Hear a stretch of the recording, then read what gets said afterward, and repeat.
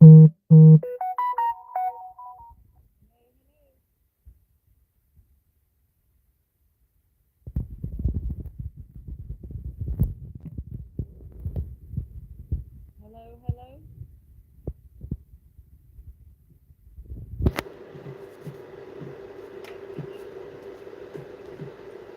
Can barely hear it.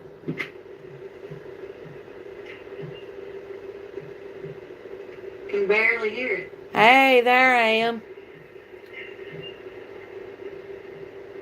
Can barely hear it. Hey, there I am. Well, now that I finally got this working, keep it where you can barely hear it.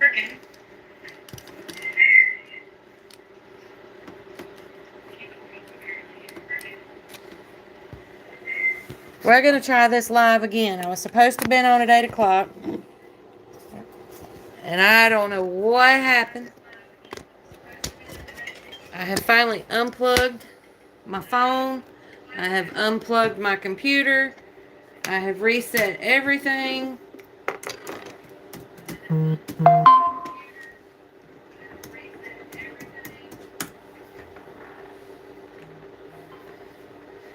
Now I got to get all my programs back up.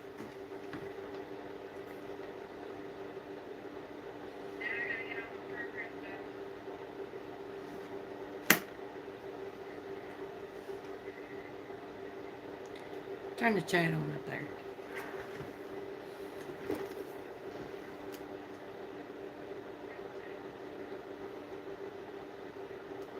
I am so sorry for the delay. Everybody that was wanting and waiting for me to come on, I am sorry that we are late. Very late.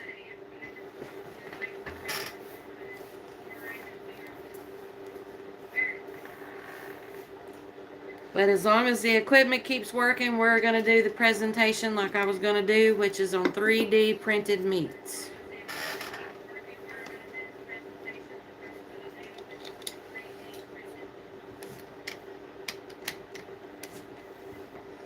Sorry, I got to wear 2 pairs of glasses. I'm blind.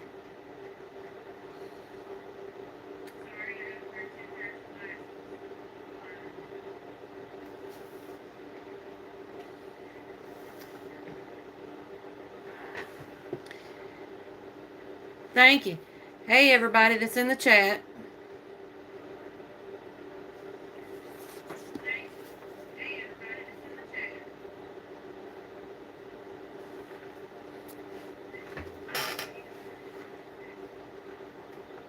Yes, 3D printed meats.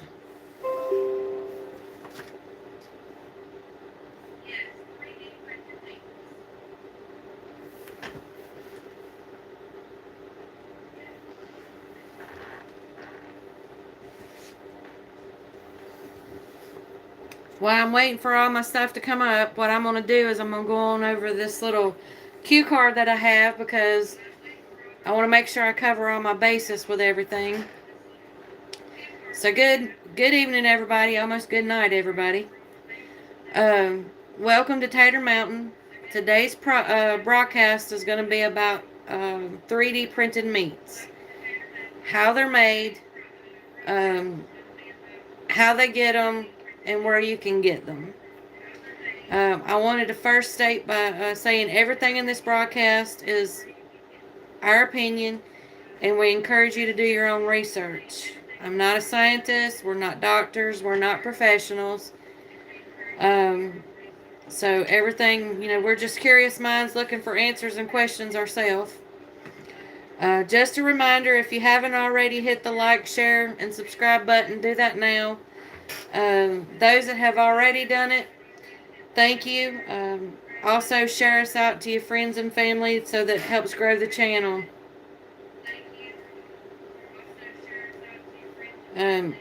We're not affiliated with anyone, any company, brand, or organization that may be brought up in the broadcast. And so while some of the content may be fit for kids, for educational purposes, some of the content is meant for more mature minds. So parents, you may get more questions than answers if they watch this. So please use good judgment before letting small children watch, listen, or participate. Those in the chat, keep the chat decent and respectful. Those who break the rules will get one warning, and if you continue, you'll get a timeout or banned. We're here to learn and conversate, not to be hateful or disrespectful. Again, this is for educational purposes. Yes, I have 2 pairs of glasses on because I can't see. So we're just here. We're not scientists, doctors, or anything like that. This is our opinions, our comments. So do your own research.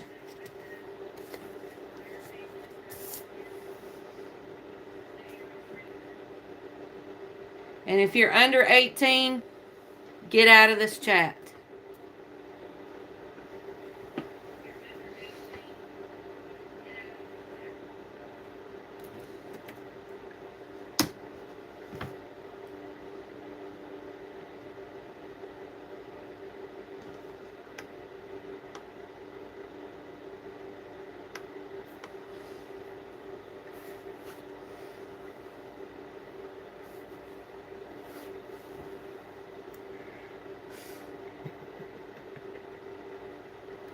I can't do no more than what I've done, so there's people in here that are not supposed to be in here.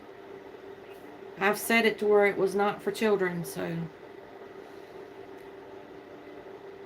yeah, I got 6 eyes, not 4.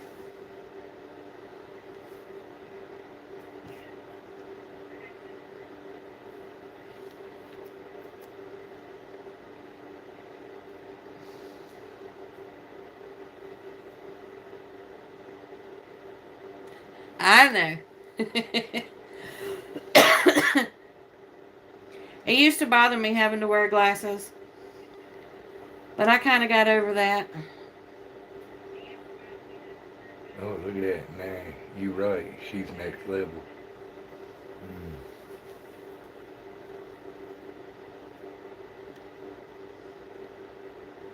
Alright, let's see if I can pull up all my programs here.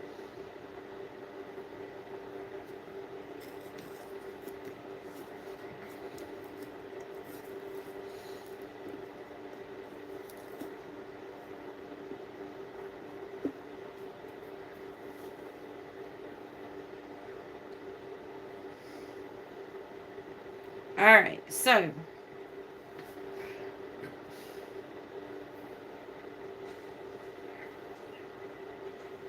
let me get to, I gotta pull up my video here.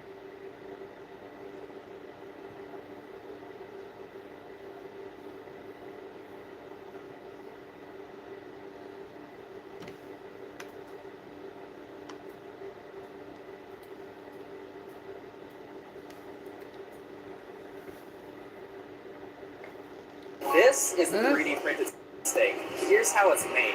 Okay, I've been wanting to compare this to a regular steak for ages.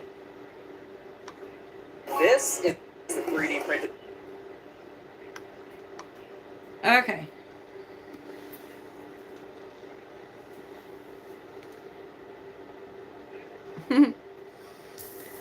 Alright, I'm going to see if I can turn the camera around for you guys to see my computer here, because that's all I have. I don't have 2 screens.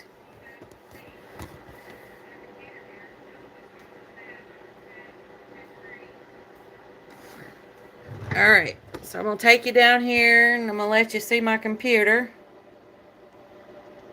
Hopefully everybody can see the computer. And we're going to play this video.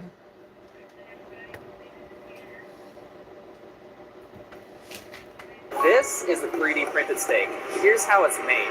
Okay, I've been wanting to compare this to a regular steak for ages, because there's two main ways we 3D print steaks. The first is with ingredients trying to imitate meat. Muscle-like components are pushed through a nozzle. An inkjet printer then spreads the meat juice, and a binder jet spreads powders like protein or sugar. The second is bioprinting. This process prints cell-based meats, which in theory is identical to the real thing, minus pollution and death. Scientists are still figuring out the best way to do this, but right now printing meat pixel by pixel looks promising. So my steak is made the first way, and for comparison, This is a regular steak, and And that was it.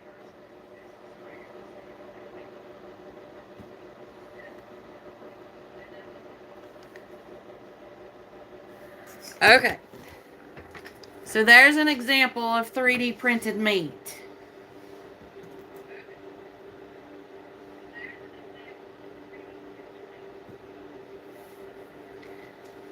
If any of you went and looked at my video of the upcoming broadcast that we were supposed to have at 8 o'clock, you would see that there was a company on there called Soylent, and it talked about that actually being a real company and all this stuff.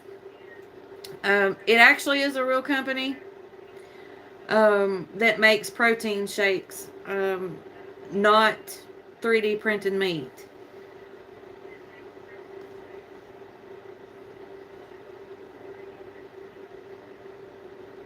There's two types of 3D printed meat. One is cultivated from cells took from the animal, and the second one is plant-based 3D printed meat.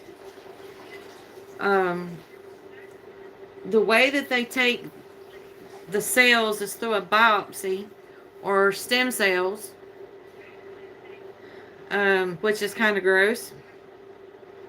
But they take it and put it into a bioreactor. They take the biopsy from real animals. Supposedly it doesn't hurt the animal or anything. Then they grow the cells in a bioreactor that creates muscle tissue. The cells are then printed pixel by pixel or layer by layer on a 3D printer. Supposedly the meats are genetically identical and to the animal that they have took the stuff out of. Supposedly you're not supposed to be able to buy any of that here in the US where I'm from, but they actually have 3D printed meats which are plant-based, which is the second type. That is created from what's called a bioink, which is plant-based ingredients from peas, rice protein, vegetable fats, and plant extracts. The bioink paste, which looks similar to potted meat. If anybody's ever opened a can of potted meat, how mushy and gushy that looks, that's what this looks like. It's loaded into a 3D printer, then deposits a material layer by layer onto the 3D printer, which resembles regular meat. This technology first come about really in 2018. A company overseas in Europe, based in Barcelona, got funding to start doing this. And they own the technology. They're the proprietor of the technology behind it.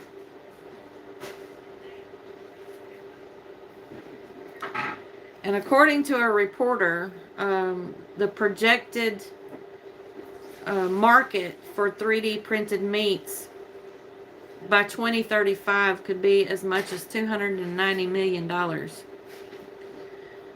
Which is crazy, but they didn't give the source as to where they got their information.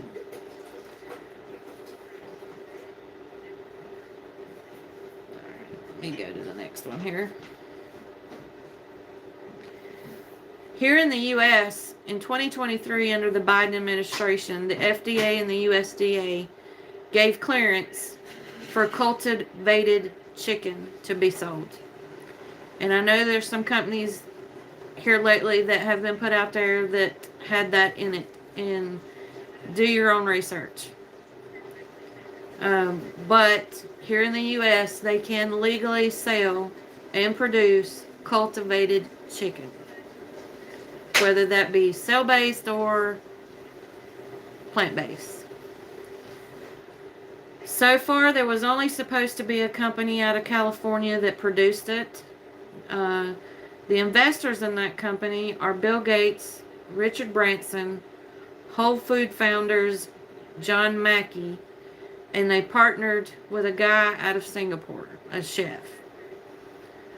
And if you paid attention to any of the stuff that's been going on in the news for the last few years, you know what some of them people have been involved in. There are state restrictions and guidelines that have to be followed. They put in place outside the FDA regulations that have to be followed. My best guess is they're probably not being followed. But that's my guess. Here in Kentucky where I live, they have to have specific labeling to prevent it from being mislabeled as just meat or a meat product. And it has to have on it that it must be cell-cultivated or lab-grown. There was a bill that was put up for debate, and it failed to pass.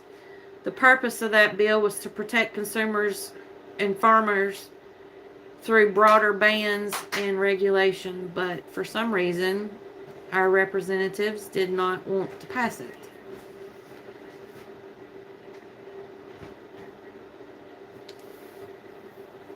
The companies who produce these 3D printed meats and stuff, they say that the benefits of it is enormous, such as reduces the impact of environment.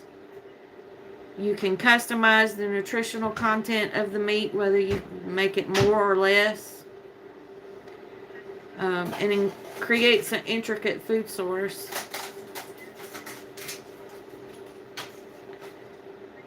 Reduces the environmental impact because it costs less to produce the 3D printed meats than it does to grow cows or pigs or whatever, chickens. And it's supposed to reduce greenhouse gases by 96%. Cheaper than livestock. More cost effective. But if you have 150,000 bioreactors running, it actually puts off 2 times as much CO2 as cows do. So I don't know where they got that information from. But there are hazards to these 3D printed meats and cell-cultivated ones. They can contain heavy metals, microplastics, nanoparticles, allergens. And one of my thing is if they're taking tissue from another animal and they're cultivating it with other things like hormones and whatnot and putting it in this bioreactor and then you eat it, how does that affect you? How does that affect your body?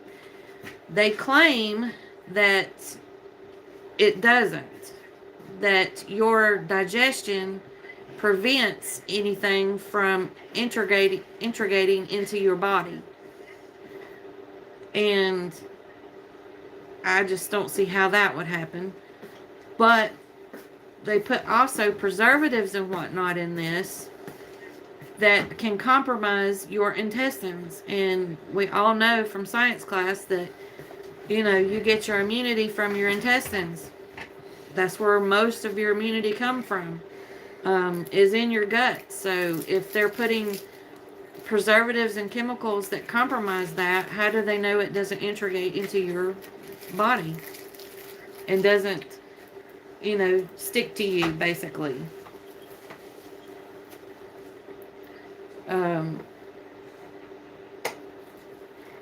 So they really don't know if it, will connect to the human DNA.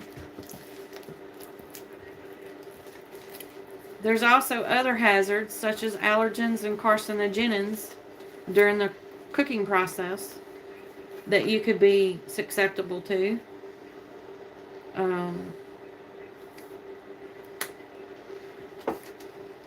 Here in the U.S., there's a company that is selling cultivated chicken, supposedly only supposed to have been in California and Washington, but I found it on Walmart.com to be delivered to me.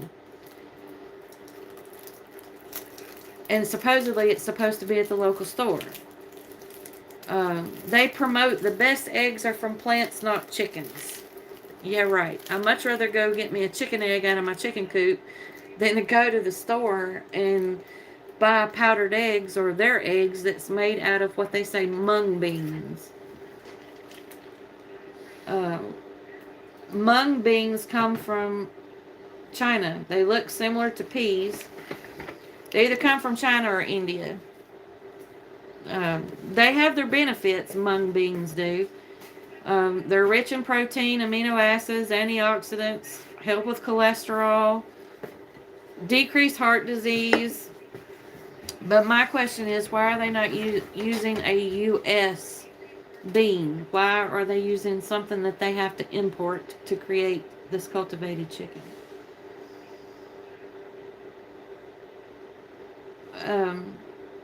They also have, in the cultivated chicken, they have what's called gillium gum in it.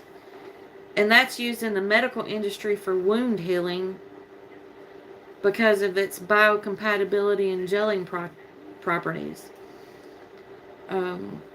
They have something called potassium citrate, which is used in the medical industry to treat kidney stones and has side effects of hives, swelling of the face and tongue.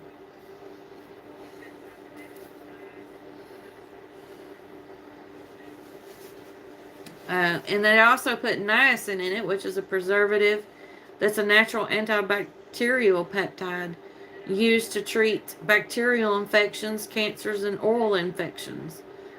And it can also compromise and impact the composition of the gut. So if you're eating a 3D printed meat or this cultivated chicken that has this preservative in it, they're telling you one hand it can't integrate with your DNA or your cells, but yet they're putting a product in it that compromises where your immunity comes from. So it doesn't make sense to me. But anyhow, you know, I believe in God. I am a Christian, and I go by what the Bible tells me. And in the Bible, God tells you that He has put everything on the earth that you need.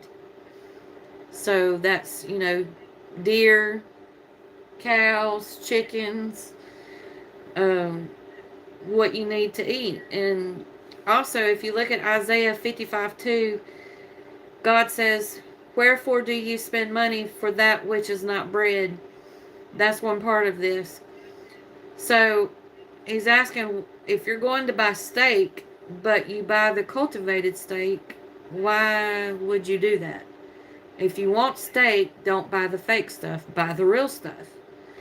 And then the other one is your labor for that which satisfies not, which means why put effort into that, you know, going and getting that 3D steak if it's not going to do you any good.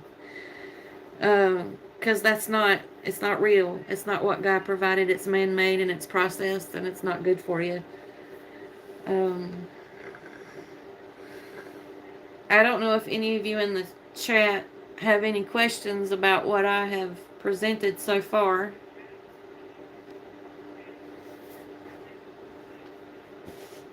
I can't really see my chat very well.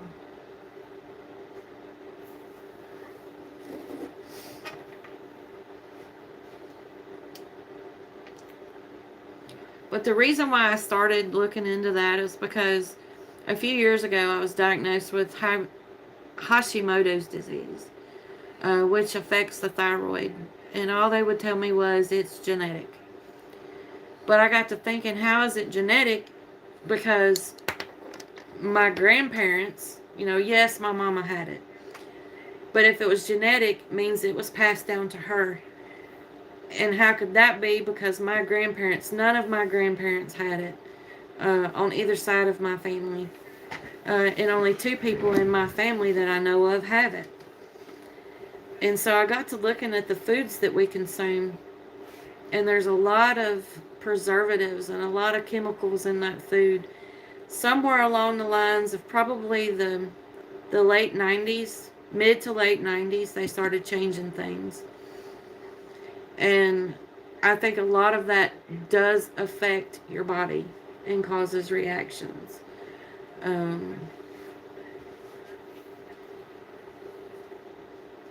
So I don't... Anybody in the chat have any questions?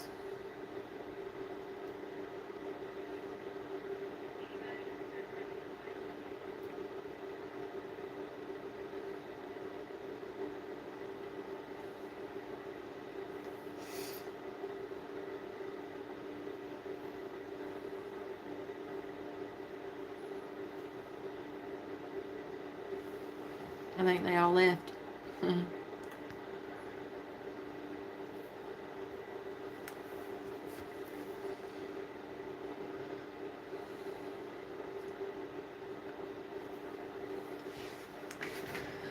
Is the chat even coming up? It says we're connected.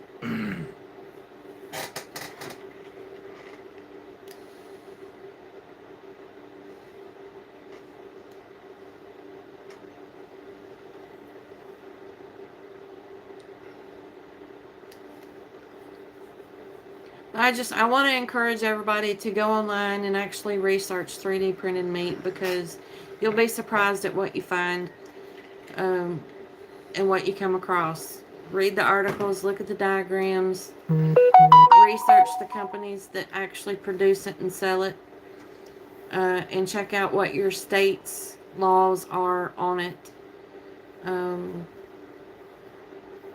Because you might not like what you find.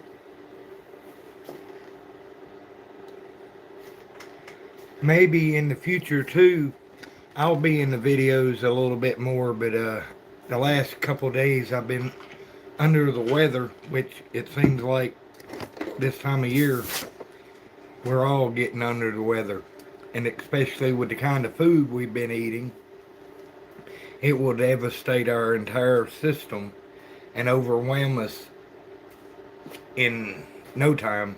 And then when we go to the doctor with it, the only thing they want to do is shove pharmaceuticals. They think that all that can cure us, but that's not what it's about.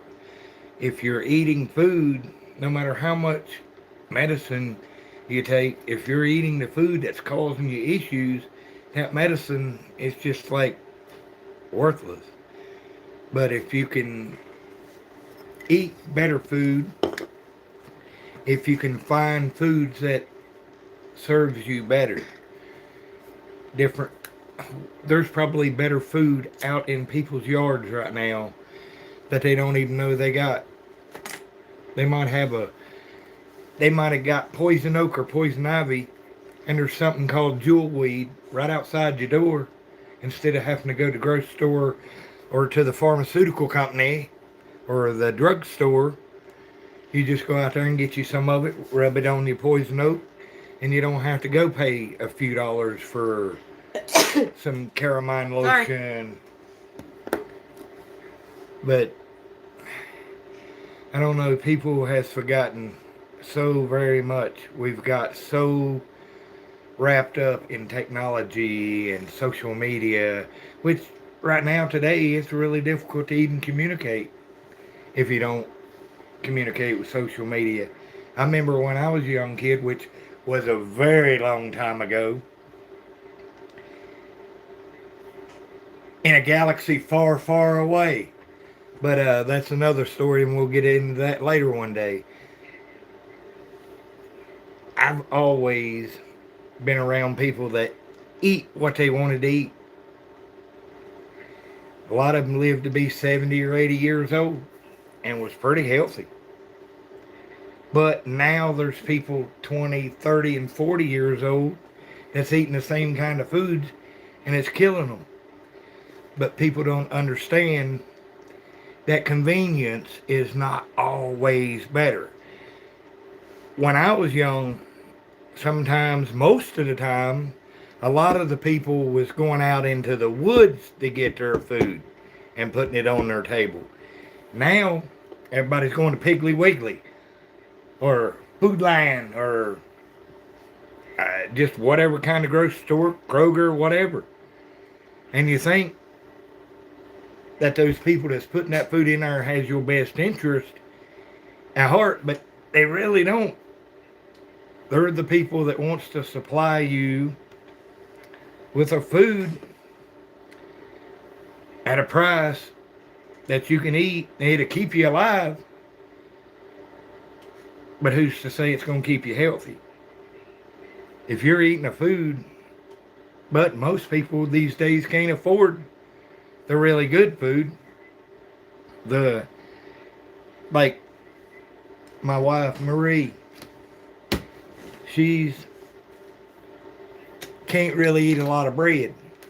So when it comes to bread and stuff, we try to go gluten-free, try to find something alternative. And I never realized a long time ago that gluten tasted so good.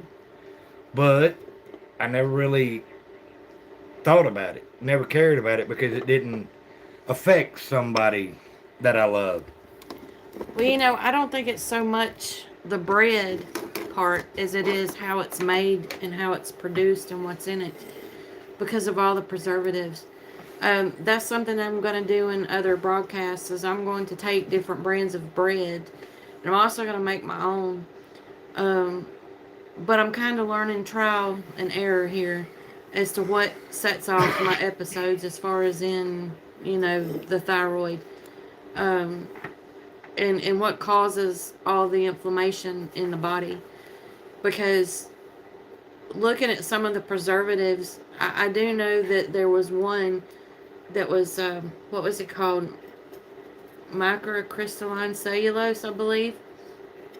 That was in a medication that I was taking for the thyroid that actually causes allergic reactions and was compromising my immunity. But it was supposed to be helping the thyroid. Well, the doctors tell you that it's your immune that's attacking the thyroid. Well, why have that preservative in the thyroid medicine if it attacks your thyroid? It just doesn't make sense. So we're looking at different herbs, different things that we can find, whether wild or growing, to kind of help reduce inflammation and to build our immunity. And we're looking at stuff that we have normally bought to see exactly what ingredients is in them. Just the other day, well, it's actually not the other day, but wasn't too long ago, I grew up on a specific brand of butter, my whole entire life. My grandma'd go, she'd get a stick when she was making cookies, when she was making cakes, and it was butter. And, it actually said butter. Well, somewhere along the line, they changed it on us, and it went to soybean oil, hydrogenated oils, palm oil, or palm kernel oil, which is not butter. Butter is made from cream and milk. It's not made from anything else. You can add salt or not add salt to it. But the way I found out that it actually wasn't butter is I was trying to make, what is that called? Puff pastry. And it wasn't working out too well. And I'm like, wait a minute. I'm putting butter in it. Why is it not working? But come to find out, all it was oil that I was putting in it. It wasn't actually real butter. So I went looking for real butter. Couldn't find it in any of the tubs in the grocery store. All I could find it was in sticks that came in numbers of 4. And it costed roughly almost $6. And I was like, this is so expensive. For the real stuff, you have to pay so much money for it. But for the fake stuff, it costs you pennies. And yeah, it tastes like butter, looks like butter, but it's not butter. So that saying, if it looks like a duck and quacks like a duck, it's a duck, is not true when it comes to butter and a lot of the foods that you eat. So especially, with meats and breads, flours, flours is usually, when you make bread, it's usually flour, milk. You could use lard, you could use bacon grease, butter, yeast, salt. What else goes in it? Bacon powder, I think, or yeah, bacon powder. You can use all of that. It doesn't say that it has monosaturated whatever and all this polysodium stuff in it, and all the preservatives. And that's what's hurting us humans, is the preservatives they're putting in it. Don't you think? But they do that so the food will last longer, so it don't go bad before they sell it and make their money. If it goes bad after you buy it, or if it hurts you, they've already got their money. So, it's really hard to say, well, it was the bread that killed the man. He was eating bread and it killed him. But it's just crazy. We need to watch what kind of bread we're eating. Usually make it at home if you can. Don't buy loaves of bread, which we do buy bread sometimes, but I've had stomach issues my whole life about things. And I've learned if I go and eat a sandwich with regular light bread or a hamburger or a hot dog bun, later on I know my stomach is going to be tore up badly, as far as it's going to be uncomfortable for me. But if my beautiful wife makes a nice, wonderful pan of biscuits or some kind of bread like that, and she does it without all the added mumbo jumbo that they put in it to make it last long, because I'm going to tell you what, when a pan of biscuits get made around here, we don't worry about them going bad, because they don't last long enough to go bad, unless they go bad in maybe an hour or two. But I don't like a loaf of bread that's going to stay good for 2 or 3 months, because if it says it stays good 2 or 3 months and it's not going to go bad and not going to deteriorate or anything, it's going to be hard for your stomach to digest it. So how long is it going to stick with you? Well, that's like, growing up, they used to say if you chew chewing gum, don't swallow it. Well, that's because chewing gum has something in it that you can't really digest. So, why are we putting in our bodies things that our body can't digest? So, but that's our point to this stuff. And I'm going to try to do some other things, like our canned vegetables, or compare mayonnaises to mayonnaises, and things like that. So if you like this broadcast, which I'm hoping that they get better, we're having technical difficulties and hey, we're new at this. We're just learning. We're figuring it out as we go, like life. We're in our 50s, so learning new things is a little difficult for us at times because we're old dogs. They didn't really have computers in school when I was in there, because they come around a little later. I was there before there was a big bunch of computers where everybody knowed how to click. I could probably print 6 or 8 words an hour, maybe. Yeah. But anyhow, if you like this broadcast, stay tuned to everything. Like, share, and subscribe to our channel, because we will have more content on stuff like this. And different kind of stuff. I think Jeff's got some projects coming up that he wants to share with everybody on a how-to and what not to do type thing. I'm a jack of a lot of different trades, but a master of none of them. And there's going to be a lot of them. I will tell you, maybe not do it exactly the way I do it sometimes, because sometimes when we're working around here on the homestead, we do some things sometimes that, we don't always get to go to Lowe's and get us a new load of lumber to build something. Sometimes we have to go out here and we might have to put a 2x4 with another piece of a 2x4 to make our corners meet. But, you know, if you're putting a chicken in it or something like it, it's really not that bad to put a 2x4 together and not worry yourself to death about having to run to Lowe's to get it. Or buying a $400,000 or $500,000 chicken coop. Yeah. But But it's not about what you spend, and it's not about what you have on this planet. And this is not even what it's about. But what on the subject that we was talking about on here.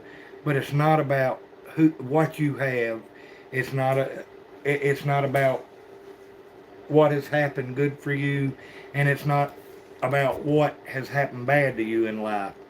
It's about actually who you have in your life and who has rode through them ups and downs of life and are still right there next to you. Because a lot of times when you're doing good, everybody wants to be your buddy. Everybody wants to go cruising and hanging out and just have a good old laughing time. But when things get a little rough sometimes, a lot of people, they just want to, you know, do their own thing. That's it. And, you know, I'm one of them, you know, I'm a ride or die person. You know, when things gets bad, I don't run. I mean, even when I was young and could run, I didn't run. I stayed, tried to work it out, tried to fix things. A lot of people these days don't want to fix nothing because they don't see that something's broke. And right now, the way our country is in the shape that it's in right now, any of us ought to be able to look and see. We might not know exactly what it is broke, but something in there is broke. And some of us are going to have to figure out a way for us all to be happy. I want to eat, yes. I want to eat. But I don't want to be sitting at that table by myself eating. I want you to eat. I want your brother to eat. I want your buddy over next door to eat. I want us all to eat. Because if we can all get along and work together, there's not nothing we can't do. But as long as we're going around trying to laugh at your buddy behind his back or laugh at the person down the street because they don't have the kind of car or the kind of house you got. I'm telling you, there's a lot of big fancy houses around this world that is very empty inside. And there's a lot of little bitty houses that a lot of people wouldn't want to enter that has more love and more heart and more meaning in it than a mansion. But, you know, it's your struggle. You find what you want to find. I've found things that I never thought I was capable of finding. And I'll be honest with you, when I first found it, I didn't think I deserved it. But she's been so great to me since I did that she's let me know that I am worthy of it. And I thank God every day. But it's not about what you have. At the end of the day, it's the real deal about who you have and what the people in your life feel about you.